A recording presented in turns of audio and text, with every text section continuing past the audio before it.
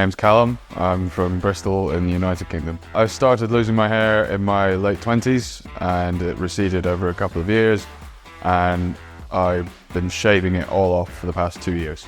It affected my confidence a little bit and it affected my performing work as a circus performer, so it limited what I can do there.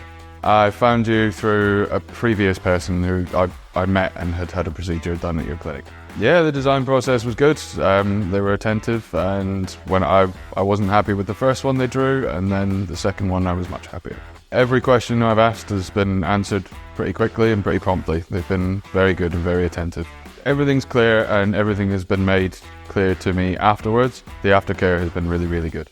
I think that the level of service that I've received here probably reflects why the price is a little bit higher. I know there are places that will do it cheaper, but after doing research before coming to Istanbul, I think it's better to pay a little more because the cheaper ones are not as good. The reviews would say otherwise as well.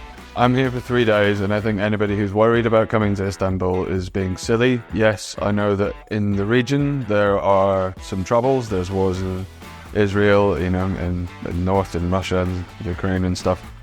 It doesn't affect Istanbul. It's safe here completely. I would say don't wait.